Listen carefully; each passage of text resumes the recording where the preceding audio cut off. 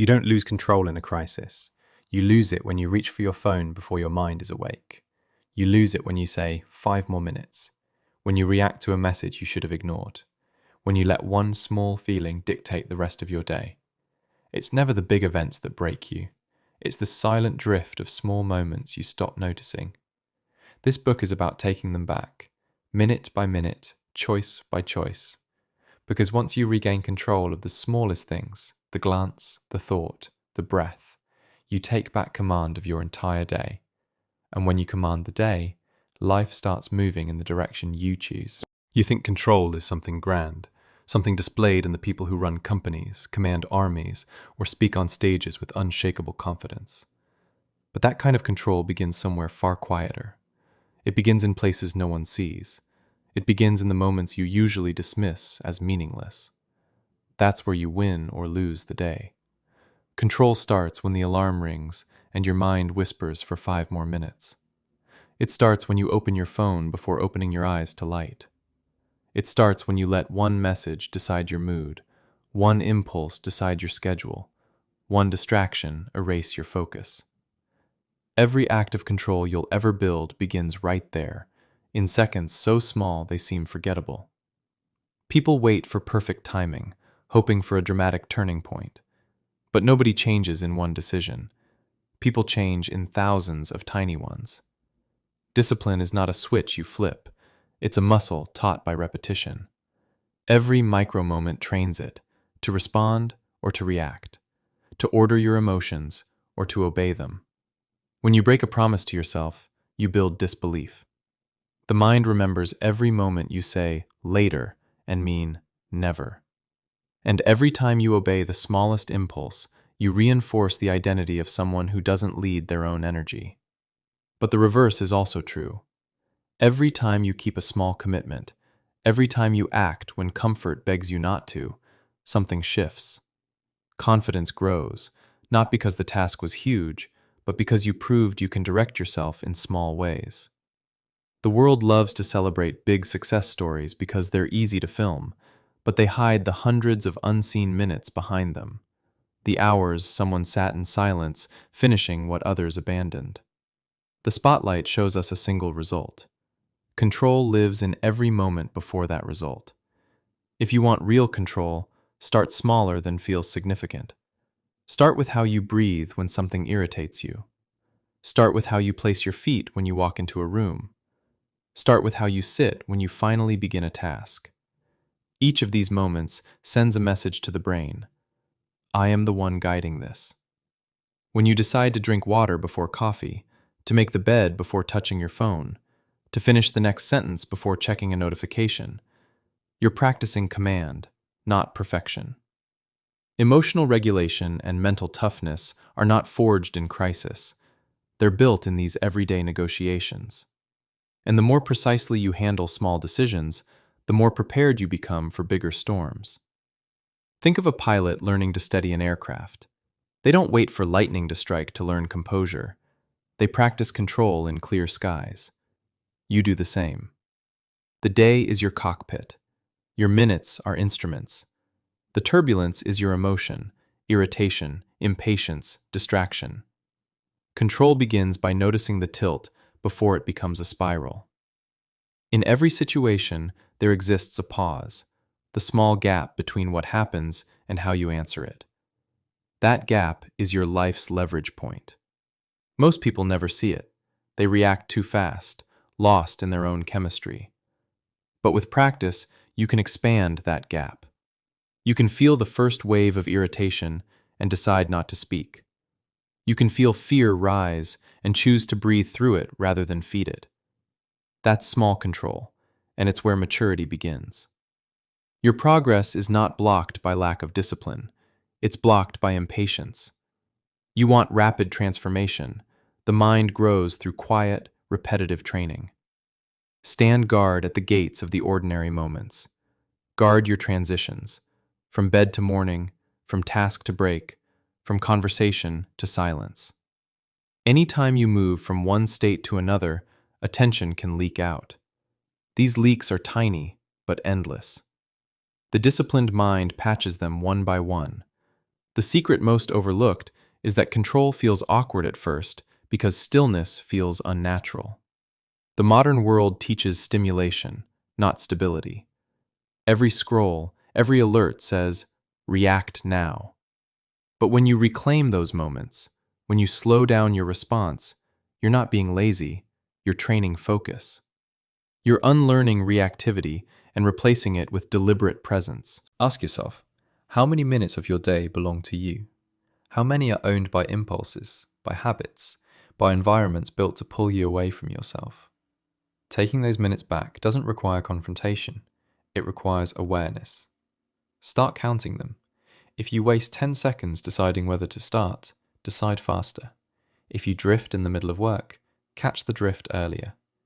Each reclaiming is a repetition of strength. When control becomes small enough, it becomes automatic.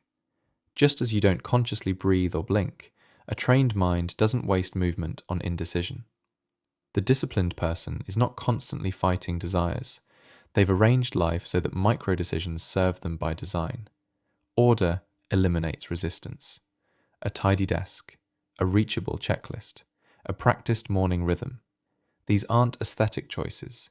They are signals to the brain that structure exists, and structure breeds calm. Picture yourself as a craftsman, shaping each day like clay. Every minute is a motion of the hand. If you move suddenly, the form collapses. If you move slowly and deliberately, the structure strengthens. That's the art of control, patience in motion. And here's the truth that surprises most people. Emotional control and time control are the same skill expressed differently. When you can guide a minute without rushing, you can guide a feeling without reacting. When you can delay a distraction, you can delay an argument. What you practice in time, you gain in temperament. So today, don't aim to overhaul your schedule. Aim to win the next 5 minutes. That's all. Because mastery compounds by the minute. Win one and you'll feel it, a small surge of self-trust. Win 5 and you'll feel calm start to attach to your behavior. Win 20 and you've changed the day's direction entirely. That's how quiet authority is built. One tiny, consciously owned interval at a time. Later in this book, we'll talk about endurance, focus, silence, and consistency. But remember, none of those traits exist outside the smallest moments of choice. If you don't own a single minute, you own nothing. If you can own one, you can own them all.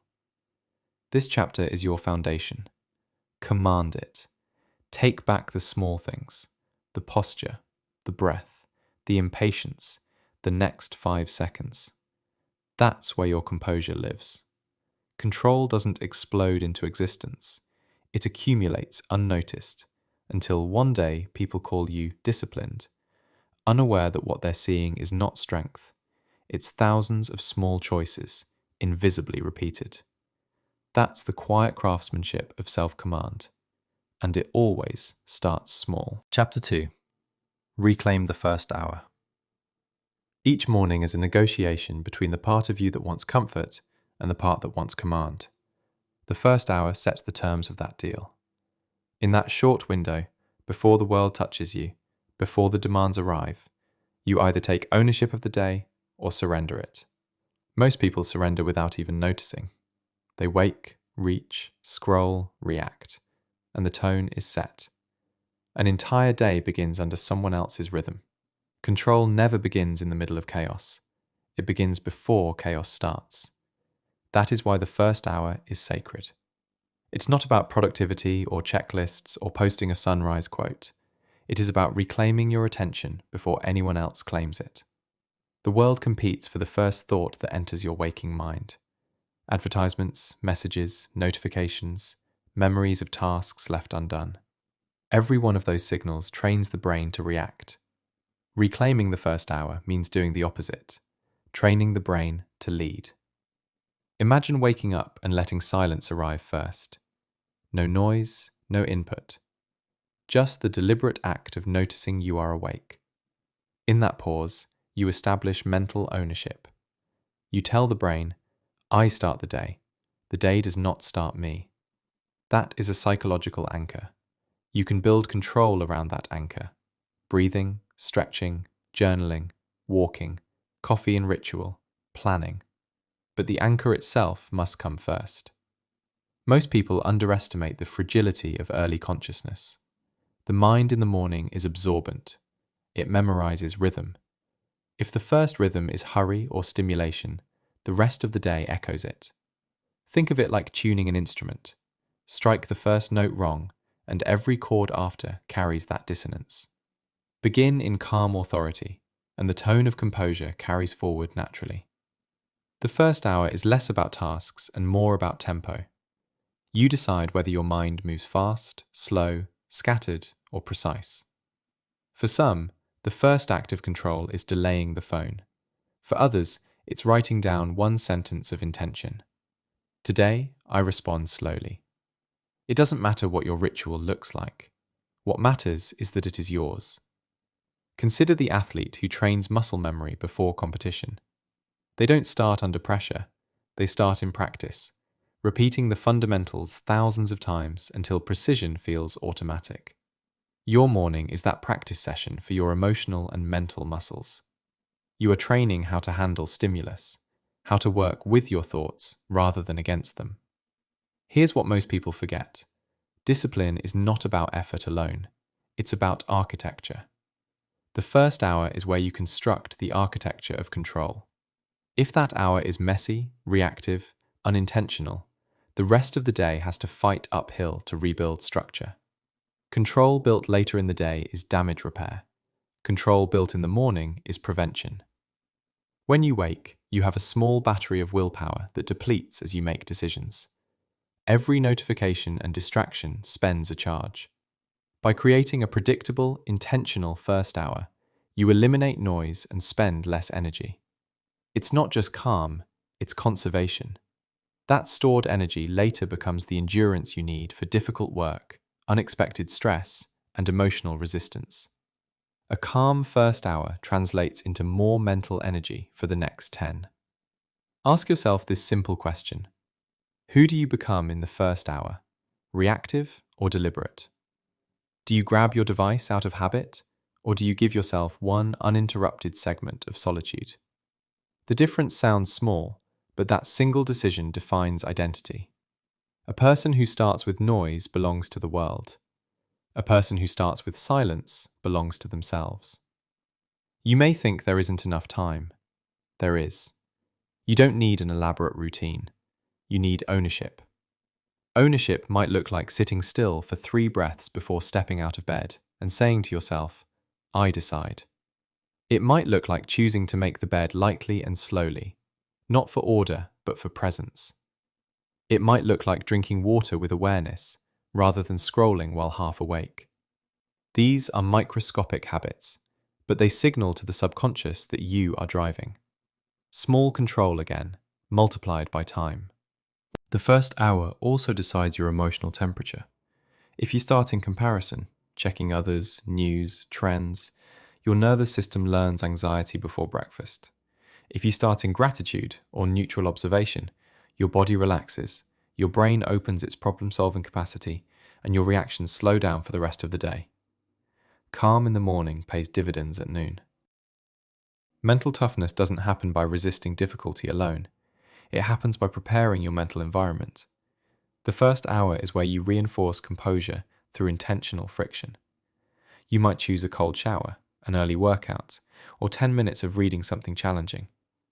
These small acts of voluntary tension teach the nervous system, I can face discomfort without panic.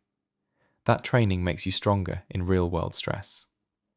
People often say, I'm not a morning person. What they mean is, I have no morning system. The human body can adapt to almost anything if guided gently and repeatedly. Start with 15 minutes earlier than usual. Protect them as if they are sacred. Observe what happens to your thoughts when you slow the start of your day. The first few days it will feel unnatural. The urge to react will twitch in your fingers. That discomfort is proof of dependence breaking. Every element of this hour should speak one message: composure before consumption. light before screen, stillness before communication, awareness before productivity. When those priorities reverse, anxiety rules by default. When they stay in order, you feel larger than your schedule, not trapped beneath it. To reclaim this first hour, write small boundaries for yourself. No phone for the first 30 minutes. No reactive scrolling until after movement. No conversations that pull you into problem solving before quiet reflection. These are not punishments. They are ports of entry to control. Boundaries protect power. And if you fail some mornings, do not label it as loss. Watch, learn, reset the next day.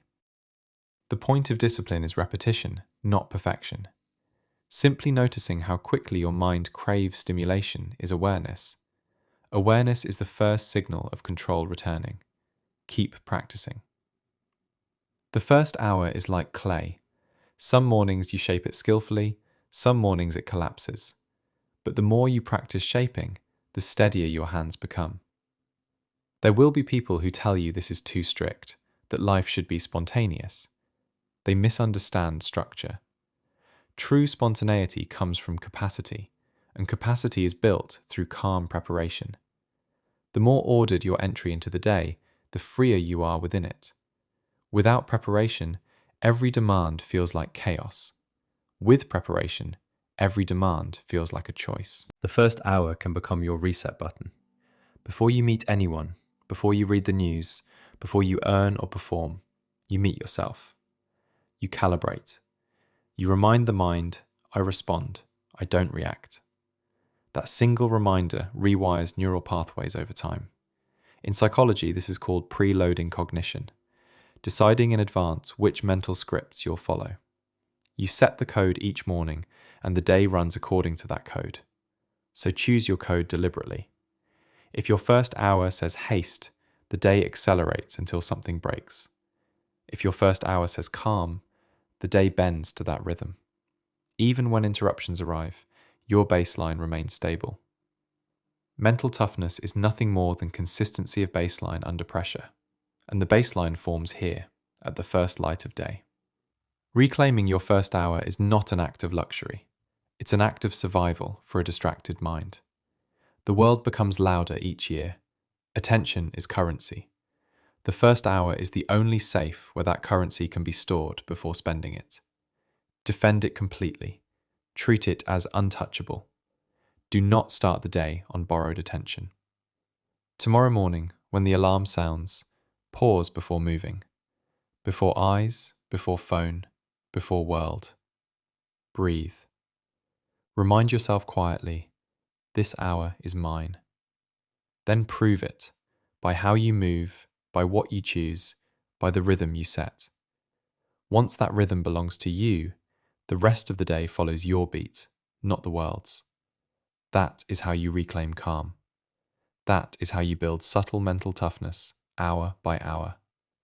The morning stops being a rush and starts being a rehearsal for mastery. Remember the rule: whoever controls the start controls the story, and you are here to write yours. One deliberate minute at a time. Chapter 3. Delay is power. When something bothers you, the fastest instinct is to react. Your brain wants release. It wants to speak, to defend, to fix. But the first response is almost always the weakest one because it belongs to emotion, not to choice. The space between impulse and action is where power lives. The longer that space, the clearer you become. Delay is not avoidance. Delay is intelligent restraint. Most people worship speed. They think quick responses prove confidence. But quickness often proves panic. Panic disguised as decisiveness. Real control is measured by how much delay you can tolerate without losing composure. Anyone can act fast. Few can hold silence long enough to see the full picture. The mind that pauses owns the moment. The mind that rushes becomes its prisoner. Consider the last time someone said something that cut you, just slightly. Your body flooded with chemicals, heart racing, jaw tightening, an urge to reply instantly. In that second, your biology wanted control. But biology doesn't care about your goals, it only cares about survival. The body wants to win the moment. The disciplined mind wants to win the long game. The moment you feel that spike, that wave rising, pause. Breathe once. Name the feeling quietly. That micro delay disarms the body and activates the thinking brain again. You don't need to pause for hours, just long enough for the chemicals to fade. Research shows emotion surges for seconds, not minutes. The danger isn't the surge, it's the story you attach to it if you react. Delay lets the emotion peak and pass before you decide. Every time you hold that stillness, you teach your nervous system something extraordinary. I can feel intensity and stay steady. That is emotional strength in its simplest form. Look at skilled leaders, athletes, or artists. Their mastery looks calm because they've trained delay. A great athlete doesn't swing at every motion, they wait for their exact window. A good communicator doesn't fill silence with nervous talk, they allow gaps so words gain weight. Great decision makers aren't lucky, they're slow enough to see what fast minds miss. The quiet round of observation that others rush past is where they collect advantage. Delay is powerful because it turns reactions into responses. Reactions are survival language, responses are leadership language. One seeks immediate relief, the other seeks correct direction. When you delay, you create that choice. The space between feeling and action becomes your editing room. You decide what kind of person leaves the room afterward. Think about an argument. One harsh word can ignite hours of fallout, but one breath can dissolve it. You can hear an insult, wait 2 seconds, realize that silence is safer than proof, and the storm dies before it starts. You didn't suppress emotion, you directed it. People call that maturity. It's actually just time management of feeling. You extended the interval. Delay also multiplies focus. Every distraction asks for an immediate answer. Emails, messages, impulses, all designed to ignite your reflexes. The more instantly you respond, the more fragmented you become. Each unanswered stimulus is an opportunity to practice calm delay. Try responding on your terms, not the world's. Wait 10 minutes before calling back. Let the craving to check vanish by half. What begins as restraint becomes authority. You no longer chase the world adjusts around your pace. There's an old truth. Impatience costs more than mistakes. Impatience makes you redo, repeat, regret. You type a message too soon, you buy too soon, you speak too soon. Then you repair. Calm saves that energy. Delay distills noise into information. When you wait, what's urgent often reveals itself as irrelevant. You discover which tasks matter and which feelings were temporary storms. To train this skill, start small. The next time you want to act instantly, count 3 breaths. 3 easy, smooth breaths. Look at your hands. Notice the heartbeat slowing. Pretend the situation is happening to someone else you're coaching. That slight detachment clarifies judgment. Then decide, not from emotion, but from principle. The practice feels slow at first, but it compounds quickly. Within weeks, you'll notice people's chaos no longer drags you into it. They move fast, you stay measured. Another technique, delay your pleasures slightly. Don't drink the coffee immediately. Wait 30 seconds, smell it, let anticipation build. Don't open a reward message the moment it pings. Finish your sentence first. These micro delays, trivial as they sound, train the same neural circuits you use in real emotional restraint. They tell the brain, I choose the timing, and timing is the language of control. Understand this, delay is not inaction, it's decisive timing. It's the difference between reacting out of tension and responding out of clarity. Think of a sculptor. Every stroke is delayed until they see what the marble really needs. You can't rush precision. The most disciplined people aren't slow, they're accurate. Accuracy simply requires that heartbeat of pause. Psychologically, delay also rewires identity.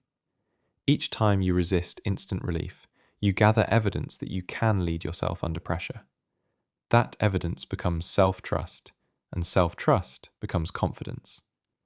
No affirmation, no quote, No external praise will ever equal the quiet certainty of, I can wait and I lose nothing by waiting. Because the person who can wait holds power over those who can't. Practice it during tension, but also practice it during desire. Delay the purchase by a day. Delay the opinion until silence holds its full weight. Delay the snack, the sip, the scroll. Each repetition strengthens a new default. Pause first, act second. The goal isn't suppression, it's sovereignty. You don't forbid emotion, you schedule it. That's how you lead yourself. Feelings are heard, but actions obey reason. Eventually, delay becomes elegance. You enter situations others fear, and you look still. You speak slower, decide later, appear unreachable by chaos. That quietness is magnetic because it signals composure. People sense it instantly, the difference between a mind led by impulse and a mind governed by order. They lean toward the second, even if they can't explain why. So, start treating delay as a weapon. Let impatient people show their cards. Let urgent demands reveal their flaws. You, on the other hand, breathe, observe, wait, and then move once, with full force. The restrained strike is always stronger than the scattered flurry. Learn to live by a single phrase, I will act, but not yet. Every time you delay reaction, you accumulate energy instead of losing it. The emotion doesn't vanish, it densifies, condenses into clarity. When you finally act, it's clean, not emotional debris, just decisive power. That's the paradox of delay. The stiller you are, the more impact you carry. Remember, control isn't about stopping everything that rises inside you. It's about holding the reins long enough to steer it. Delay gives you those reins. Hold them lightly but firmly. Let time move through you, not past you. Then speak, move, decide, once, precisely, powerfully. Because in a world of speed, the mind that pauses is the mind that rules. Chapter 4. Focus is a muscle. Focus is not a gift, it is training. No one is born with unshakable attention. It's forged through repetition, just like strength or stamina. Most people treat focus as something that either happens or doesn't, but focus is a deliberate act of direction, an inner decision to keep your mind on what matters instead of what's loud. And like any muscle, if you neglect it, it weakens. You live in the loudest time in history. Distraction isn't a possibility anymore, it's the default setting. Every device, every feed, every alert is designed to fracture your attention. You don't lose hours in a day, you lose seconds, and those seconds collect until you have nothing left for yourself. Reclaiming focus isn't about willpower, it's about training your attention to obey instead of wander. When your mind drifts, it's not broken, it's tired. A fatigued mind hunts stimulation the way a hungry body hunts sugar. The moment you feel restless, your brain starts searching for novelty, a scroll, a snack, a sound. That craving isn't boredom, it's withdrawal. You're detoxing from constant input. The cure isn't to feed it more. The cure is to teach it stillness in doses until it resets. That retraining starts small. Choose one task, any task, and decide to give it full attention for 10 minutes. No switching, no glancing, no micro breaks. At first, 10 minutes will feel like a marathon. Your brain will try to escape 90 different ways. That's normal. That's exactly how untrained muscles behave the first day in the gym. They burn, they resist, they shake. Stay there. Keep the mind on the work the same way you hold a weight steady. When 10 minutes feels tolerable, stretch to 15, then 20. That incremental load builds endurance. Focus doesn't require brilliance, it requires friction. The friction between want to stop and stay anyway is where the growth happens. Each time you notice yourself drifting and calmly return, the muscle strengthens. Even if you drift 100 times, the act of returning 101 is repetition. Don't punish yourself for distraction. Train recovery instead. Here's what most people misunderstand. Focus is less about saying yes to the task and more about saying no to everything else. You can't command clarity while still negotiating with noise. Build clear barriers around the work, physical and mental. Close the door, silence the phone, turn off alerts, remove tabs, ask for distance. These aren't luxuries, they are part of the workout. Every removed option reduces mental friction. Simplicity is fuel for attention. The environment you build either supports focus or sabotages it. You can't keep the same cluttered surroundings and expect a clear mind. Order is a signal. When the space around you is controlled, the brain feels permission to settle. Discipline begins in what your eyes land on. Clean desk, minimal setup, one visible task. That clarity outside becomes clarity inside. Mental toughness shows up strongest as the ability to stay with something boring. Anyone can focus when the subject is exciting. True mental maturity is sticking with the tedious page, the repetitive drill, the slow hour. The people who master that capacity appear superhuman because the world trained itself to quit at discomfort. They didn't. They learned to convert repetition into meditation. Chapter 5. Talk to yourself, not the world. The conversation that shapes your life is the one nobody hears. Every day, before you speak to a boss, a friend, a partner, or the screen glowing in your hand, you are already speaking to yourself. You narrate your limits. You predict failure. You remind yourself of some imagined flaw. Most of what you feel throughout the day is simply you responding to your own language. If you want control, start with that voice. Talk to yourself, not the world. Most people speak endlessly but rarely communicate with themselves. They tweet, comment, justify, defend, but never stop to ask what story their own mind is repeating. When you ignore that inner dialogue, it runs unchecked like background noise shaping emotion, eroding clarity. The first rule of emotional control is to become conscious of your inner script. You can't lead a mind you don't listen to. Notice how your inner voice reacts under stress. It either inflames panic, I can't do this, this always happens to me, or it stabilizes you. Pause, breathe, you've been here before. That difference is training, not talent. You built the voice that either attacks you or assists you. Changing it requires deliberate re-education. Every time you correct a negative sentence mid-thought, you remodel your psychology. The brain memorizes phrasing. Speak differently often enough, and you start to feel differently. The quiet discipline here is honesty without violence. You don't need to shout affirmations you don't believe. You speak truth calmly and constructively. This is difficult, but I can stay composed. I made a mistake, but I can correct it. I'm disappointed, but not destroyed. These statements sound simple, yet they refine the emotional tone of the entire day. The goal isn't constant positivity, it's accurate composure. Accuracy steadies more than fantasy. Every word directed inward is either a command or corrosion. When the mind hears, I can't, it obeys. When it hears, I will try again, it mobilizes. You are programming response patterns. This is why soldiers, athletes, and performers talk to themselves in clear, short phrases. They are writing code for their nervous system. Under pressure, the body remembers commands, not explanations.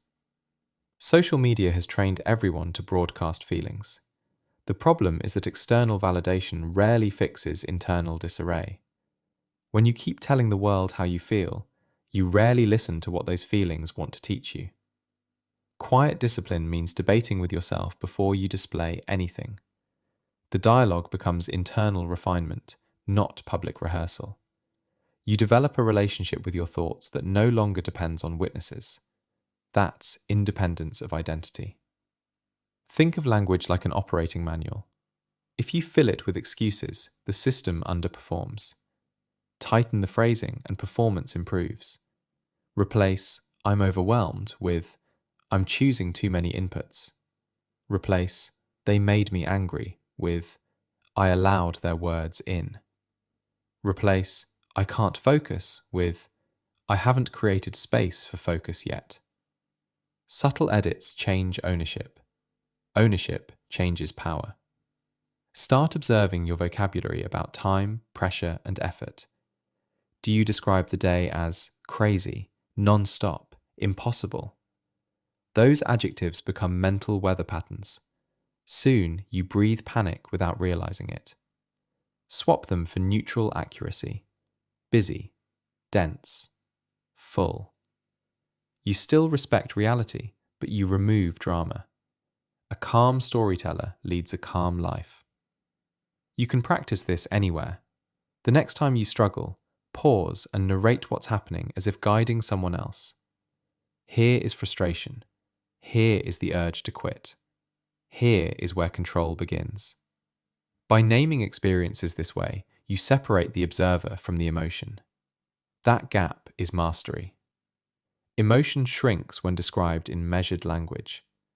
There is power in private speech because it's rehearsal for public strength. The tone you use inside leaks into your tone with others. If you verbally attack yourself, your communication becomes defensive or sharp. If you train gentleness without weakness, you project measured confidence. Eventually, people stop testing your boundaries because they feel your internal coherence. You speak as someone who is already led. Develop phrases that anchor you. Short, punchy sentences that bring you back to discipline. Not now. Stay composed. Finish first. The more concise the phrase, the faster the emotional reset. These are verbal handbrakes you can pull anywhere, in traffic, before replying, before panic. Over time, they become automatic. The moment anxiety spikes, the phrase activates and steadies you. Be deliberate also in tone.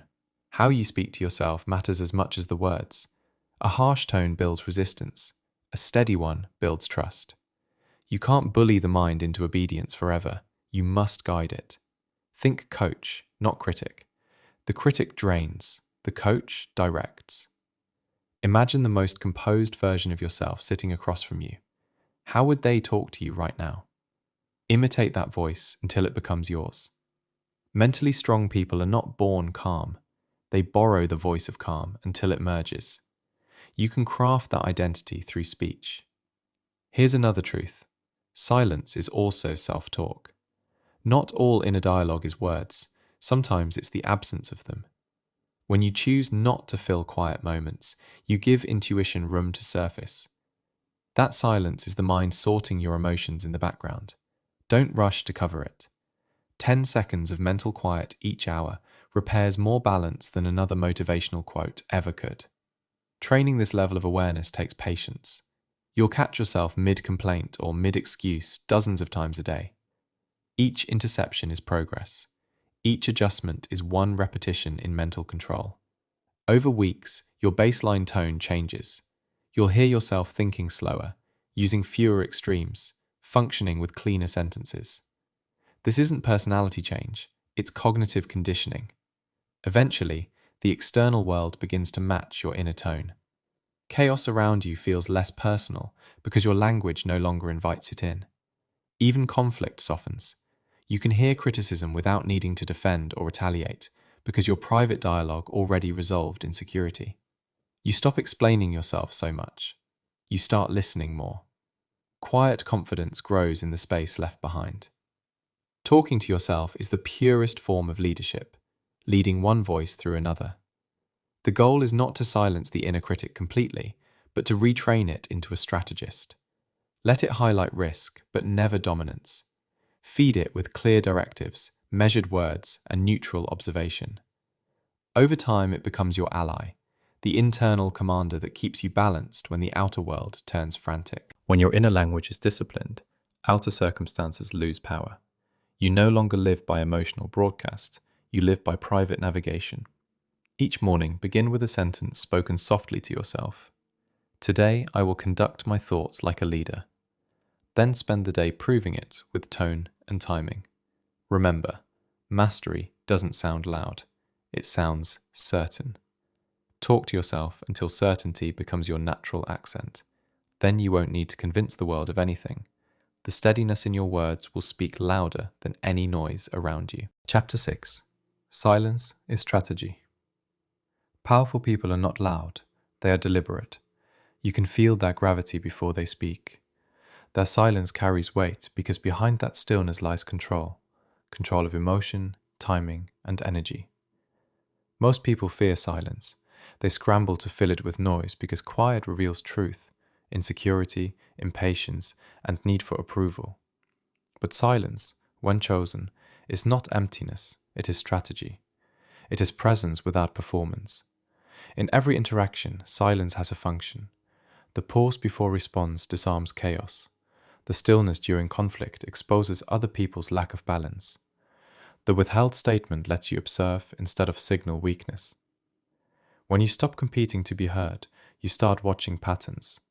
You learn how people speak when they think no one's listening. Insight hides in those moments. The talkative miss it, the calm collect it. The modern world rewards the loudest voice. Platforms teach you to share instantly, to prove endlessly that you exist. Yet constant expression drains composure. Each broadcast spends mental focus. When you keep nothing private, you hand the world every tool it needs to manipulate your mood. Strategic silence reverses that exchange. It preserves data, energy, and mystery. It keeps you unpredictable. Broken silence, on the other hand, often reveals more than you intend: anxiety, desperation, unpracticed thought. Quiet people confuse others because they refuse to confirm expectation. That confusion equals control. Practicing silence begins with awareness of impulse. Notice how quickly your mind wants to respond, explain, correct. Let those urges rise and fall. Delay speech for a few seconds. In that delay, you will watch emotions cool into reason. Those who master the pause rarely regret what they say next. Every regretted sentences were spoken a second too soon. Give yourself that second. It's the cheapest insurance of peace you'll ever own. Silence also trains your perception. When words stop, attention sharpens. You start hearing subtleties in tone, seeing micro-expressions, recognizing motives hidden beneath facts. The quiet listener gathers intelligence. They understand the rhythm of rooms, the tempo of tension, the turning point in discussions. Verbal dominance may win volume, observational dominance wins decisions. Leadership isn't about talking most, it's about knowing when not to talk at all. Practice small, silent disciplines daily. Don't reply instantly to every message. Don't share personal victories until they've matured. Don't fill every pause in conversation. Notice comfort growing as you inhabit these gaps. Silence becomes a stabilizing force. Eventually, you can sit across anger, across confusion, across noise, and not flinch. That composure transmits authority louder than any argument could. It says, "You cannot drag me into your chaos." Strategic silence is not withdrawal or passivity. It's engagement at higher precision. It lets emotion exhaust itself before logic enters. Think of a wave hitting a rock. The rock doesn't fight. It lets the force disperse. Silence is the rock. While others wage noise wars, you conserve strength. When the tide falls, you're still standing, clear and unshaken. That endurance is what people feel as confidence. There's a second form of silence, internal. External quiet means you hold your tongue. Internal quiet means you hold your mind. You stop narrating every fear and failure. You mute the drama, the what-ifs, the imaginary debates. You replace inner noise with observation. This inner silence creates space for accurate thought. Emotion doesn't vanish, it stops distorting perception. That's why meditation, walking alone, or working in solitude aren't luxuries. They are training drills for clarity under fire. Use silence tactically during decision-making. When faced with choice, don't answer instantly. Step back mentally, even if only for a breath. Ask, what outcome matters most? What reaction am I trying to manage? Silence shrinks the urgency illusion. A calm mind sees layers. A rushing mind sees only impulse. Delaying words can save weeks of correction later. The quiet choice is nearly always the correct one. In disagreements, silence resets the energy. People argue to win noise, not truth. When you stop offering friction, their aggression has no surface to grip. The tension dissipates by itself. You walk away respected, sometimes even admired, though they can't admit why. Silence isn't defeat, it's asymmetrical power. You absorb conflict, end it without expenditure. Be careful, however. Silence loses strength if mixed with resentment. Resentful silence is withdrawal. Strategic silence is awareness. The first festers, the second strengthens. You use stillness consciously, not punitively. You're not refusing engagement to punish, you're pausing to protect clarity. That intention is vital. Genuine stillness heals. Passive-aggressive quiet poisons. The difference is motive. Understand too that quiet amplifies words once chosen. When your default is silence, speech becomes event. Listeners lean in, phrases land heavier. One sentence from a measured person outweighs a flood from the unrestrained. Because their silence built credit, every word now spends value. Too many talk until meaning collapses. The disciplined speak rarely and never waste syllables. To build this mastery, schedule silence deliberately. No music on the commute, no phone during lunch. 10 minutes before sleep with everything powered off. These aren't absences, they are strength sessions. At first, the stillness will itch. Your mind will scream for stimulation. Stay. That discomfort is dependency leaving the body. Soon, quiet becomes comforting, even addictive. Clarity replaces craving. Silence also tightens identity. When you stop explaining yourself, you stop performing for approval. The need to be understood fades. Security rises from within. People may label you distant, mysterious, or intense. Accept that. Strong quiet unsettles noisy mediocrity. The goal isn't to fit their rhythm, it's to master your own. Eventually, quiet discipline becomes second nature. You notice how few situations actually require commentary. You realize most arguments solve themselves if left unenergized. You recognize that those rushing to speak are mostly revealing information you can use. That's the strategic advantage of stillness. Insight without exposure. You study patterns before showing cards. Silence will test your ego because ego feeds on being seen. But the less you prove, the more stable you feel. Ego chases validation. Discipline creates certainty.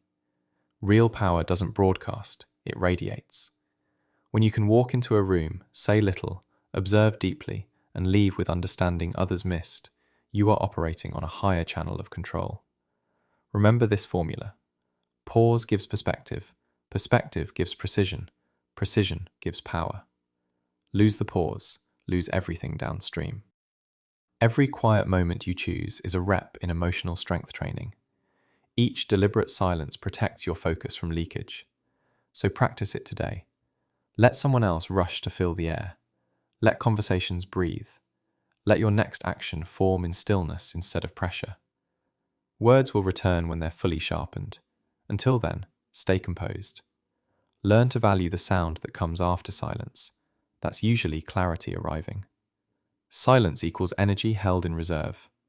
In a world addicted to noise, conserved energy becomes advantage. So speak less, mean more, move deliberately. Let quiet become your armor and your weapon. Because the louder the world grows, the greater the power of the one who can remain still. Chapter 7. Energy is your real currency. Every decision you make, every emotion you feel, every moment you give attention to, costs energy. You spend it when you speak, when you worry, when you scroll, when you plan, when you care. The productive, disciplined, emotionally steady people you admire are not superheroes. They simply spend their energy like investors, not consumers. They know where every mental dollar goes. Everyone gets the same daily deposit of vitality, but few protect it. Most pour it into noise and wonder why nothing remains for what matters. Energy is the foundation of control. Without it, no mindset, technique, or habit survives. You cannot stay calm, focused, or consistent if you are internally bankrupt. Emotional breakdowns and burnout are not moral failures. They're overdrafts from an unguarded account. People assume they need more motivation. What they really need are better boundaries that stop constant withdrawals. Start noticing what drains you, not theoretically, specifically. Conversations that spiral into gossip, notifications that steal your attention, environments that force constant vigilance, even clutter on your desk. Each of these costs micro units of energy. Alone they seem trivial. Together they deplete resilience. When you begin tracking them, you'll see that exhaustion wasn't caused by one heavy event, but by hundreds of unnoticed leaks. The opposite is also true. Tiny deposits rebuild energy. A few minutes of genuine stillness, clean surroundings, slow breathing, deliberate posture, each acts like a micro recharge. This is the mathematics of mental strength. Protect your units, manage your leaks, invest your focus where returns are real. The disciplined understands that rest, movement, and quiet are tools of power, not luxuries. Energy management has 3 layers: physical, emotional, and cognitive. Physical energy comes from predictable things: sleep, hydration, nutrition, movement. But emotional and cognitive energy leak invisibly. You lose emotional energy through resentment, comparison, and unnecessary empathy for those who drain you. You lose cognitive energy through multitasking, indecision, and overexposure to stimuli. You don't need to eliminate these instantly. You learn to recognize them and subtract slowly. Each subtraction feels like reclaiming territory that was always yours. Think of your focus as a spotlight. You can shine it on one thing brightly, or scatter it across dozens until nothing is illuminated. Every yes given without thought dilutes the beam. The more scattered your commitments, the dimmer your control becomes. Say no earlier and more often, not from arrogance, but from stewardship. Every no is a deposit back into your strength account. Energetic discipline begins the moment you wake. Before you check the world, check the meter. Ask, where do I want my power to go today? Design the day like a budget. Limit impulse spending. Don't squander clarity before the important work even begins. A single hour of distracted scrolling first thing in the morning can equal a full day of mental fatigue. Protect that first energy surge the way elite athletes guard their warm-up. It determines performance later. The people who appear calm under pressure simply guard their surge. They waste nothing on proving themselves, on defensiveness, on microscopic battles of pride. They know emotional indulgence is expensive. Anger spends 10 times more energy than patience. Over-talking, over-arguing, over-explaining, they cost clarity. Each time you catch yourself ready to react, ask, can I afford this exchange? Most blows to mental stamina come from bad spending, not external hardship. One of the quickest ways to rebuild energy is controlled withdrawal, short breaks of detachment. 10 minutes of quiet, eyes off screens, deep breathing through your nose, slow exhale through the mouth. It sounds basic. It's biological recharging of the nervous system. The disciplined use pauses as deposit points, not interruptions. This kind of micro-recovery, repeated throughout the day, builds remarkable steadiness. Understand too that attention, your sharp, full awareness, is the highest denomination of this currency.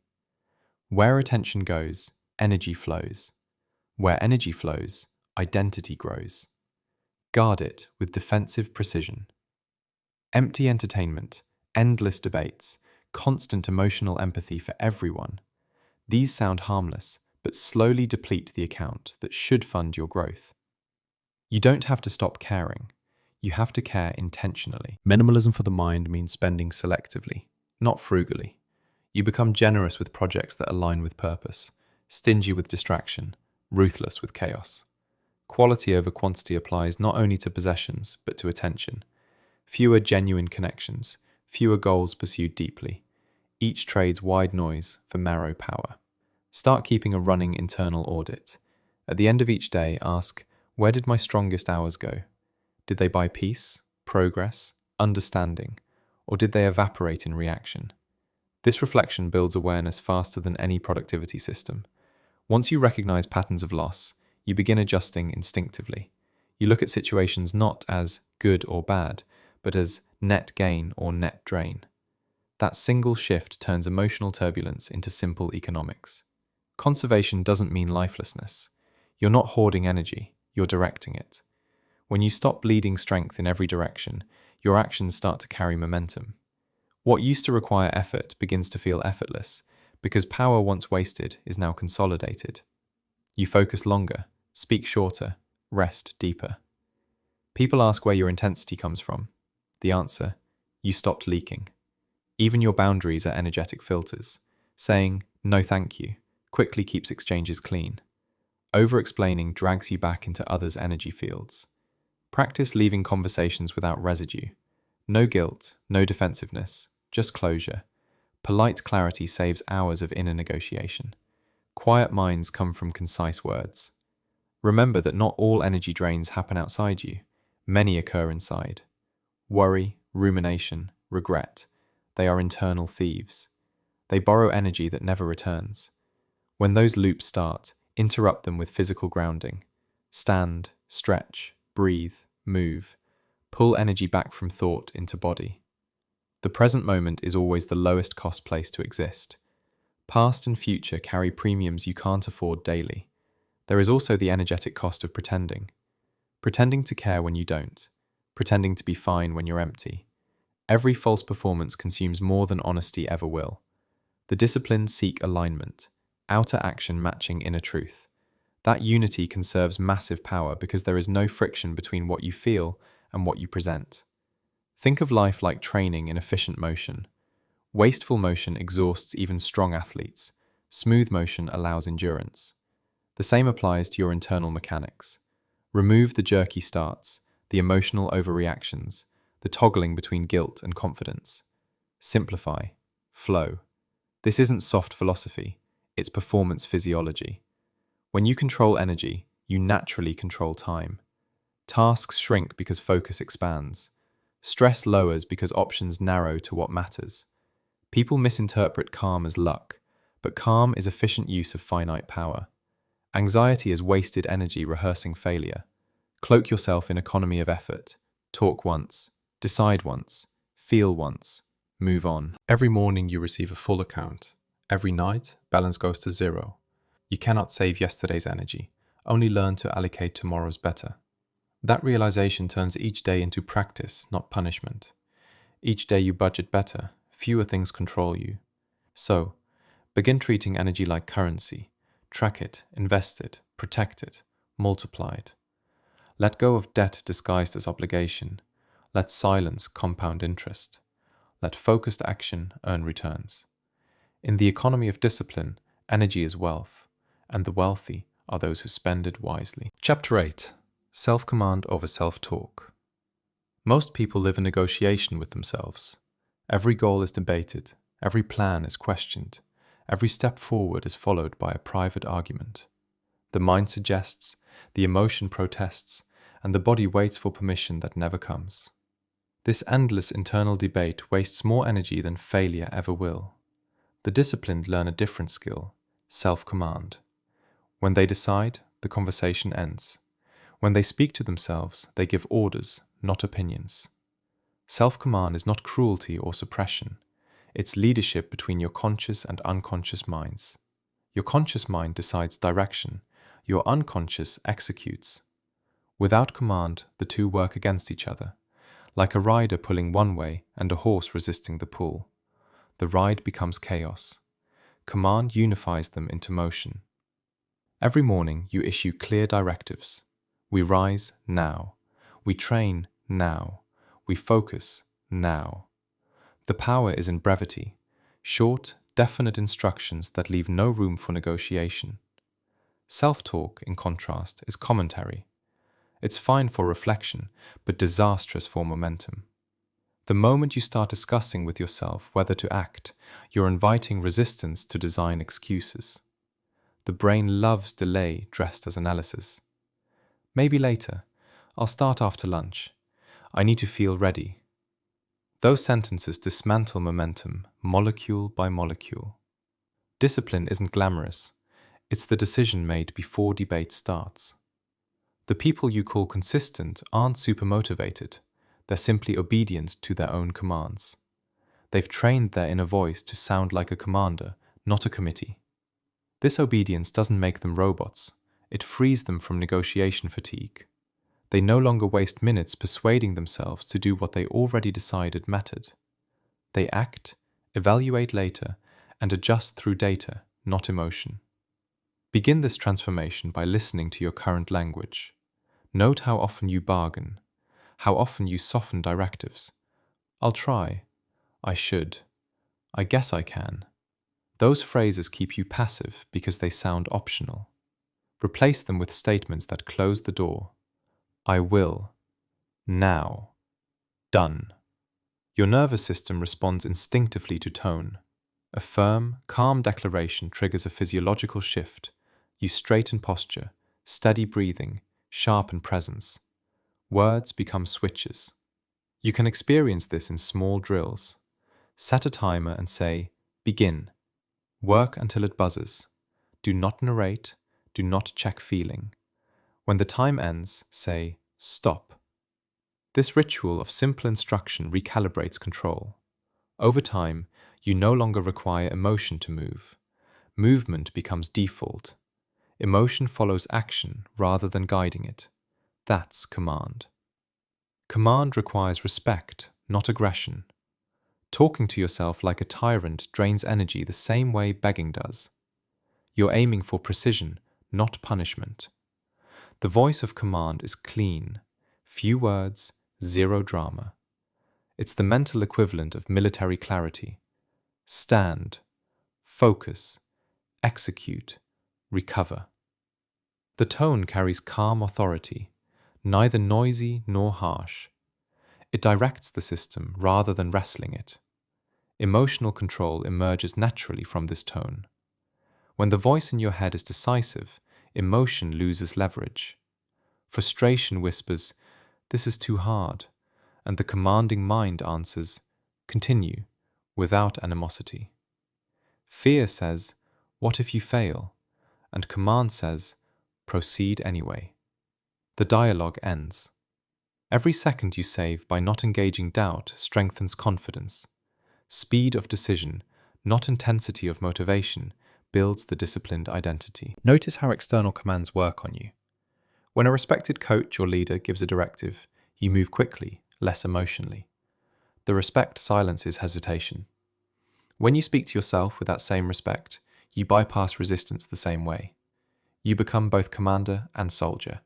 You issue, follow, and complete orders inside one system. The world suddenly feels less chaotic because the civil war within has ended. Of course, self-command isn't blind rigidity. It includes review, just not in real time. The disciplines schedule evaluation after execution, not before. They ask, was that effective? Will I adjust next time? But they never combine review with performance. That ruins both. Execution requires presence. Evaluation requires distance. Maintain that boundary and efficiency doubles. Training this separation takes practice. The instinct to narrate will return, a mental play-by-play of doubt or dissatisfaction. Treat that narration as background noise, not a signal. Keep acting. Each repetition teaches the brain that narration is optional. Eventually the commentary fades, replaced by focused silence. That silence feels like peace, but it's actually precision. Another concept useful here is internal protocol. Instead of fuzzy goals like be disciplined, design specific verbal cues that launch behavior. Example, when alarm rings, I stand. When feeling bored, I move for 60 seconds. When anxious, I breathe and write. These tiny commands anchor habits in language. The more consistent your phrasing, the faster the association. The mind becomes conditioned to obey sequences rather than moods. This conditioning is the difference between people who need inspiration and those who run on structure. Inspiration waits for permission from feeling. Structure bypasses it completely. Self-command builds the structure that feelings must follow. Ironically, once feelings stop leading, they start cooperating. Energy previously wasted on hesitation flows into steady momentum. You may fear that living this way will kill creativity. It doesn't. It amplifies it. Creativity thrives when attention is freed from self-doubt. Command quiets internal noise long enough for fresh ideas to appear. Only disciplined minds can improvise effectively. Jazz musicians, martial artists, surgeons, they improvise inside command. Their spontaneity rests on trained obedience to core patterns. You're building the same thing with your thoughts. Self-command also sharpens identity. When you observe yourself issuing and keeping small orders, read 10 pages, finish before coffee, leave on time, you start seeing yourself as reliable. Reliability is self-esteem grounded in evidence. The mind stops asking, "Who am I?" because behavior already answered. Words align with action. Confidence follows automatically. Practice in low-pressure situations first. Give a simple order like, "Stand up now," or "Write one paragraph." Notice resistance flare up, then obey anyway. Smile at the awkwardness. That's the muscle awakening. As comfort grows, the commands expand. Finish the project. Hold composure. Speak calmly. One voice. Direct. Steady. At advanced levels, command extends into emotion itself. Instead of saying, "I am angry," you say, "Anger, stand by." Instead of, "I'm nervous," you say, "Energy, focus here." This linguistic shift converts emotion from master to resource. You're no longer inside the feeling, you're overseeing it. You issue orders to internal forces the way a conductor cues instruments. Firm hand, calm eyes, absolute awareness. Self-command will occasionally clash with fatigue or genuine limits. When that happens, command rest. Do it consciously. System recovering. This prevents guilt disguised as productivity. Discipline without compassion burns out. Discipline with structure sustains.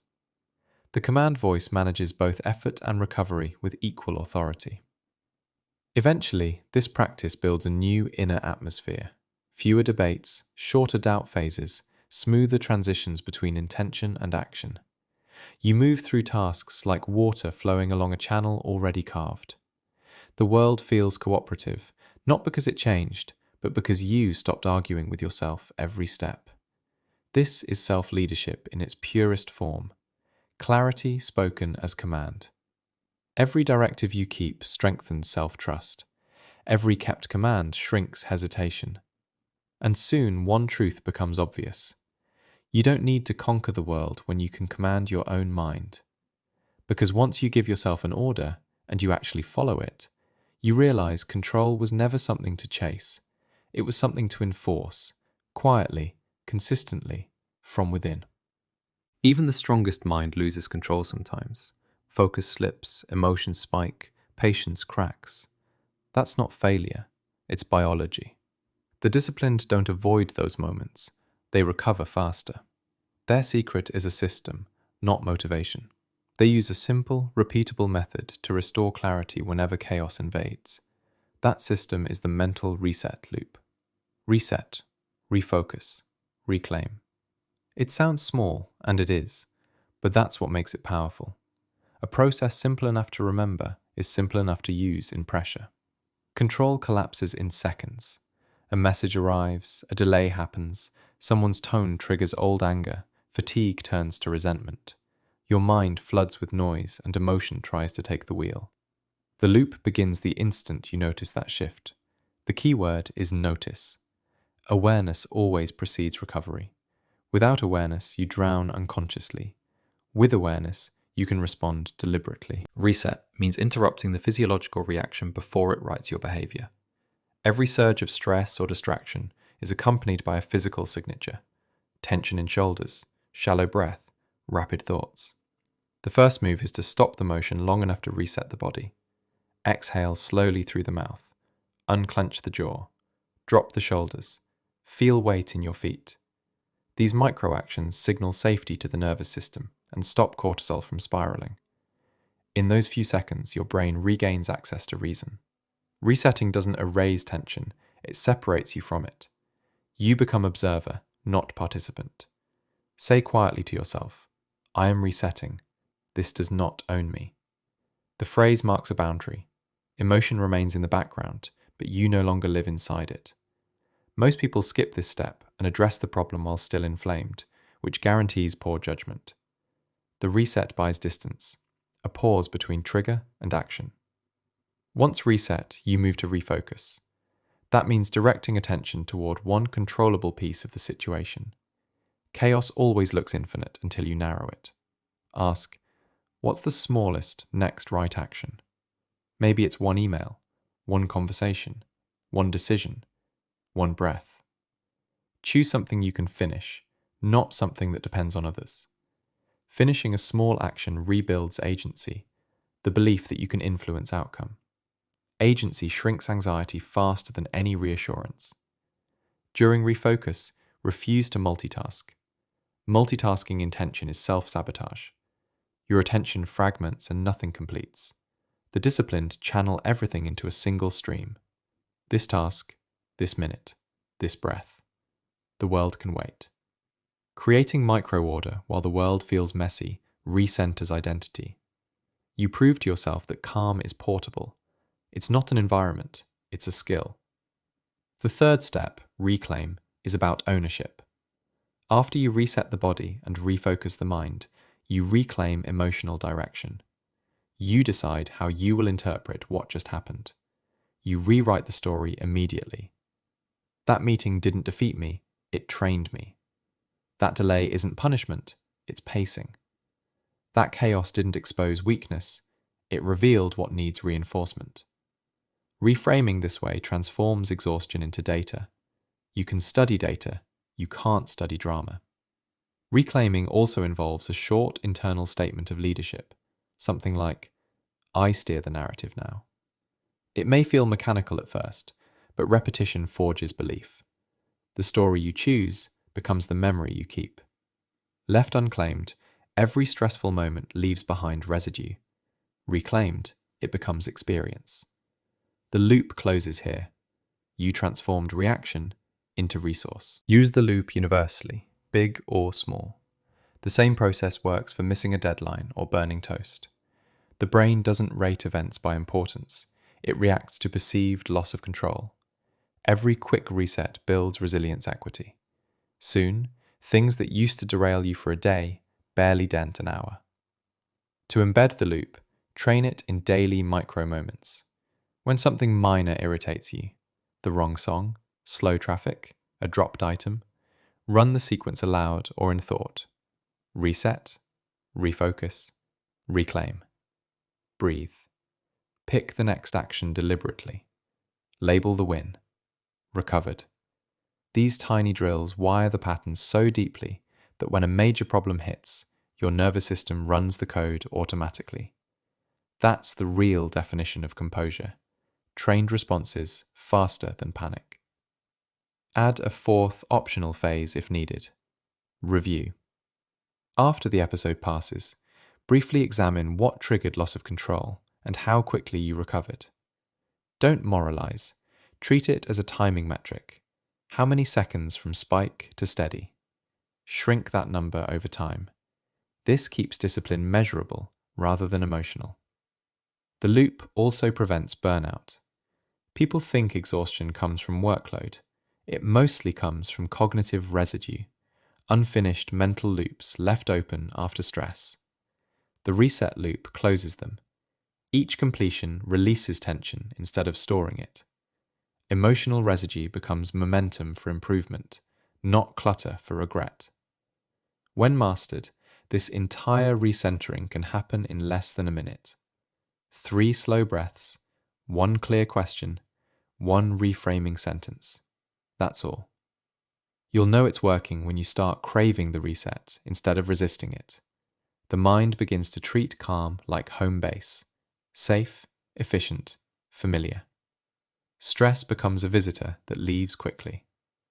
Combine the loop with rituals of physical movement, standing tall, straightening posture, rolling shoulders back, Physiology precedes psychology. A strong stance often precedes a strong decision. The disciplined use the body as switchboard. Posture and breath tell the brain it's time to return to control. Remember that composure isn't constant serenity, it's rapid recovery. Even the calmest people get shaken. They just don't stay shaken. The loop ensures you never drift too far from clarity. Reset when you waver. Refocus when you scatter. Reclaim when you doubt. Repeat as often as needed. There is no penalty for starting the loop again. There is only power each time you do. Make this system as natural as blinking. Write it somewhere visible. Reset, refocus, reclaim. Read it in the morning to pre-install the pattern. Practice before you need it. Mastery is maintenance, not emergency repair. And when chaos arrives, and it will, this loop becomes the invisible guardrail around your mind. People will see you face storms with measured breathing and assume you don't feel stress. You do. You just speak the language of control faster than the language of panic. That's what separates the disciplined from the reactive. Reset when overwhelmed. Refocus on what matters. Reclaim your direction. Then move forward. Clean, composed, unbroken. Chapter 10. Control the day, or the day controls you. Discipline is not built in grand gestures. It is measured in how you manage ordinary minutes. Each sunrise offers you a simple contract. You will either run the day, or the day will run you. There is no neutrality. The hours ahead are fuel waiting for direction. If you don't assign purpose, distraction will assign it for you. The world whispers seduction from the moment you wake. Messages, comparisons, news, noise. Every ping and post is a vote for reaction over intention. Small answers multiply into huge losses. By noon, you have already spent half your focus and called it being busy. The disciplined know better. They understand that busyness without direction is simply motion without achievement. They start the day with clarity, protect it with boundaries, and end with ownership. To control the day, you first design its rhythm before the world does. Moments compound. They obey the structure you set. Begin by choosing 3 priorities that define victory for that day. Not 20, not endless to-dos. 3. Then meet them in order of consequence, not comfort. Each completion deposits confidence. You are teaching your mind that plans become reality through lineal progress, not constant juggling. The next step is guarding transitions, the small shifts where focus leaks. Between tasks, between conversations, between devices, you lose momentum through unconscious drift. Install tiny checkpoints. When one thing ends, breathe once, label closure, then deliberately move to the next. That breath resets cognitive context. The undisciplined skip it. The disciplined reload it. These seconds look invisible, but they separate scattered people from clear ones. A controlled day also has protected margins, borders where no one can enter. You need microzones of silence for recalibration. Without them, external noise colonizes every inch of mental territory. Schedule recovery as seriously as effort. 10 minutes of uninterrupted calm every few hours multiplies clarity more than another meeting or scroll break ever will. Empty space is not wasted space. It is traction for the mind.